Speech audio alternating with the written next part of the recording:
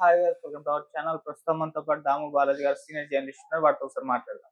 నమస్కారం సార్. నమస్తే. సార్, శ్రీవర్షిని మొన్న లేడీ అఘోరి దగ్గర నుంచి రీసెంట్ గానే తీసుకొచ్చేసారు. అయితే ఇప్పుడు ఆమె తీసుకొచ్చిన తర్వాత కొన్ని రోజుల నుంచి కనబడట్లేదు, మిస్సింగ్ అని అంటున్నారు. మళ్ళీ అఘోరి ఏమన్నా తీసుకెళ్లిందా అని కూడా అనుమానాలు వ్యక్తం చేస్తున్నారు. మరి శ్రీవర్షినికి ఏమైంది? అఘోరి తీసుకెళ్లిందా? మరి దీనికి సంబంధించి ఏం వివరాలు ఉన్నాయి సార్? మళ్ళీ ఒక వార్త మార్నింగ్ నుంచి వైరల్ అవుతుంది. అదేంటంటే శ్రీవర్షిని కనిపించట్లేదు అంటే మళ్ళీ వెళ్ళిపోయిందా, అఘోరి వచ్చి తీసుకెళ్ళిపోయాడా అన్న భయాందోళన అయితే వాళ్ళ ఇంట్లో వాళ్ళు ఎక్స్ప్రెస్ చేస్తున్నారు. సో మామూలుగా అయితే వాళ్ళు ఇది ఎప్పటి నుంచో జరుగుతుంది శ్రీవర్షిని అఘోరి టాపిక్. అఘోరి ఏంటంటే ఈ లేడీ అఘోరి మొదటి నుంచి కూడా వివాదంతోనే ఎంటర్ అయింది లేడీ అఘోరి. అప్పటి నుంచి అనేక వివాదాలు క్రియేట్ చేసుకుంటూ వెళ్తుంది. మేబీ చాలా తెలివిగా మీడియాని ఎలా ఉపయోగించుకోవాలి అన్నది మధ్యకాలంలో నేను చూసిన వాళ్ళల్లో అఘోరి నెంబర్ 1 ప్లేస్ ఇవ్వచ్చు. అంటే మీడియాని తనకు అనుకూలంగా వాడుకుంటూ పాపులారిటీని సంపాదించుకుంటూ మీడియాని డీల్ చేస్తూ తాను కూడా మీడియాలో భాగమై తాను కూడా ఒక యూట్యూబ్ ఛానల్ పెట్టుకొని ఎట్లా డీల్ చేసుకోవాలి యూట్యూబ్ ఛానల్ని అనేది బాగా ఇదయింది. దాంతో సక్సెస్ కూడా అయినట్టుగా చెప్తున్నారు. ఇప్పుడు శ్రీవర్షిని వాళ్ళ పేరెంట్స్ చెప్పేదాన్ని బట్టి అఘోరి బ్రహ్మాండంగా డబ్బులు కూడా సంపాదించింది. మామూలుగా చాలామంది పెద్ద పెద్ద వాళ్ళకి, రాజకీయ నాయకులకి, డబ్బున్న వాళ్ళకి పూజలు చేస్తుంది ఆ శ్మశానాల్లో. అలాగా ఆ పూజలకి 2 లక్షల నుంచి 5 లక్షల వరకు తీసుకుంటుంది. అలాగా బాగా డబ్బులు సంపాదిస్తుంది. అక్కడ మన హైదరాబాద్లో కూడా ప్రభాస్ ఇంటి పక్కనే ఒక సైట్ కూడా 8 కోట్లకు కొనింది అనేది వార్తలు కూడా వాళ్ళు చెప్తున్నారు. ఏదేమైనా కొంత అయితే డబ్బులైతే ఉందనేది అర్థమవుతుంది మనకు కూడా. ఎందుకంటే i20 కార్ కానీ, ఐఫోన్ కానీ, లైఫ్ స్టైల్ కానీ, వాళ్ళ ఇంట్లో వాళ్ళు ఎప్పటి నుంచో చెప్తున్నారు కదా, కేన్లు బీరు తాగుతుంది, ఎక్కడ చూసినా డబ్బులు ఇలా నోట్లు తీసి ఖర్చు పెడుతుంది. అది తను ఉన్న రోజులు కూడా ఇంటిల్లి పాదికి ఆమె ఫుడ్ తెప్పించడం, అవన్నీ బిర్యానీలు, ఎగ్ పప్పులు, కూల్ డ్రింకులు అవన్నీ కూడా తెప్పించేదని కూడా చెప్తున్నారు. అంటే ఒక లగ్జరియస్ లైఫ్ని లీడ్ చేస్తున్నట్టుగా వాళ్ళు చెప్తున్నారు. ఏదేమైనా అఘోరి దగ్గర అయితే డబ్బులు ఉంది. లేకపోతే హైదరాబాద్ నుంచి గుజరాత్కి కారు వేసుకుని పోవాలంటే నీకు ఎంత ఖర్చు అవుతుందో మనకు తెలుసు.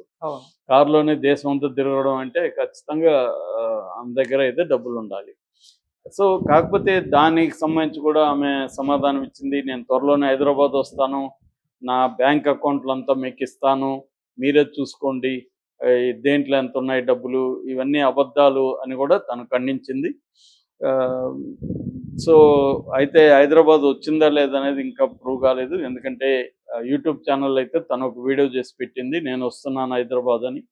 దాన్ని బట్టి ఆమె వచ్చిందా లేదా అనేది ఇప్పుడు డౌట్ఫుల్. రెండోది, ఈ శ్రీవర్షిని మళ్ళీ ఎత్తుకుపోయింది అన్న వార్తలు అయితే వైరల్ అవుతున్నాయి. ఎందుకంటే శ్రీవర్షినికి కూడా అఘోరిని వదిలి రావడం ఇష్టం లేదు.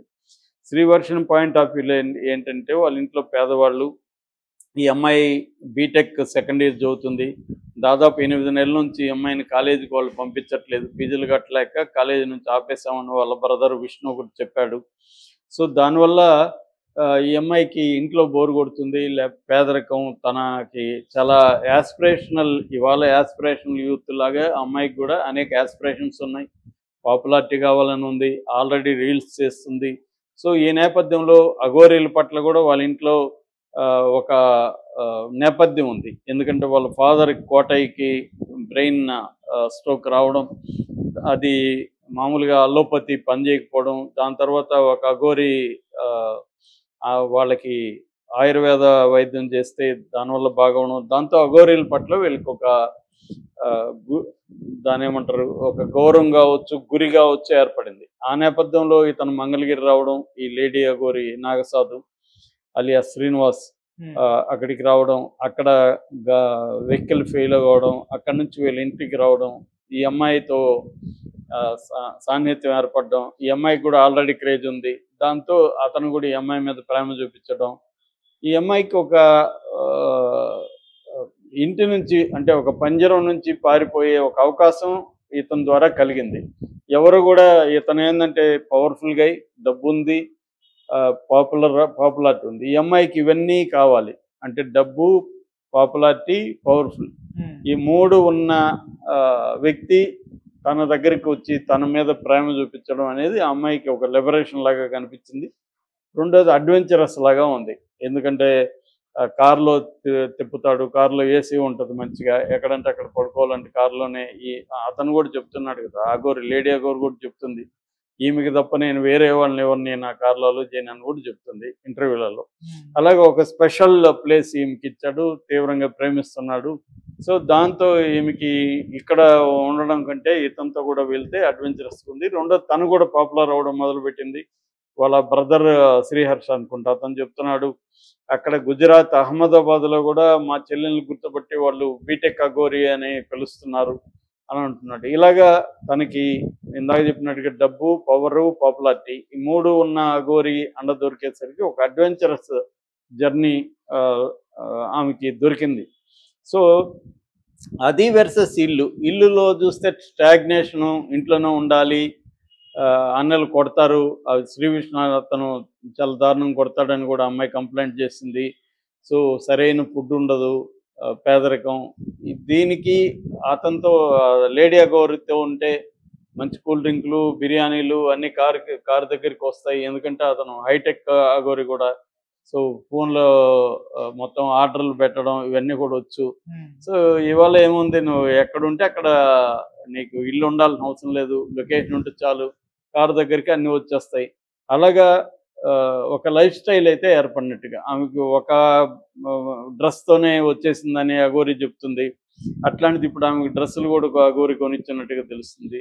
ఇలాగా ఇవాళ ఆన్లైన్ వచ్చినాక ప్రతిదీ మన దగ్గరికి తెప్పించుకోవచ్చు, కావాల్సింది డబ్బులు ఒకటే. ఆ డబ్బులు సంపాదించడం కూడా అఘోరికి తెలిసిపోయినట్టుగా మనకు అర్థమవుతుంది.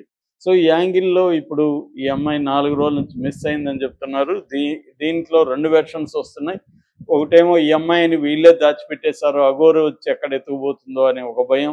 అఘోరితో అమ్మాయి ఆల్రెడీ టచ్లో ఉంది ఫోన్లో, కాబట్టి వీళ్ళిద్దరు ఎక్కడో ఒక చోట మాట్లాడుకొని ఈ అమ్మాయి కూడా లేచి వెళ్ళిపోయే అవకాశం ఉంది. ఎందుకంటే హైదరాబాద్కి కూడా ఈ అమ్మాయి అర్ధరాత్రి బయలుదేరి ఇక్కడ 3 గంటలకు, అర్లీ మార్నింగ్ 3-3:30కి ఇక్కడ రీచ్ అయినానని చెప్తుంది. అమ్మాయికి కూడా ఏంటంటే కొంత అడ్వెంచరస్ లక్షణాలు ఉన్నాయి, భయం లేదు, ధైర్యం ఉంది. దానివల్ల అఘోరి అంటే తీవ్ర ప్రేమ ఉంది. అమ్మాయి ఏడుస్తుంది కదా, అక్కడ కూడా తీసుకొస్తున్నప్పుడు కూడా నేను అఘోరిని వదిలి రాను అని ఏడుస్తుంది. వాళ్ళిద్దరు కూడా ఇంటర్వ్యూలు కలిసి ఇచ్చినప్పుడు కూడా మా ప్రాణం ఉన్నంత వరకు నేను అఘోరితోనే ఉంటానని ఈ అమ్మాయి అంటుంది. ప్రాణం ఉన్నంత వరకు నేను ఈ అమ్మాయిని వదిలిపెట్టనని లేడీ అఘోరి అంటుంది. ఇలాగా వీళ్ళిద్దరూ ఒకరినొకరు విడదీయలేని బంధంలోకి వెళ్ళిపోయినట్టుగా కూడా అర్థమవుతుంది. అంటే ఒక ఎమోషనల్ మెలోడ్రామాటిక్ రిలేషన్షిప్లోకి వెళ్ళిపోయారు ఇద్దరు. లేకపోతే అఘోరి ఏడవాల్సిన అవసరం ఉంది,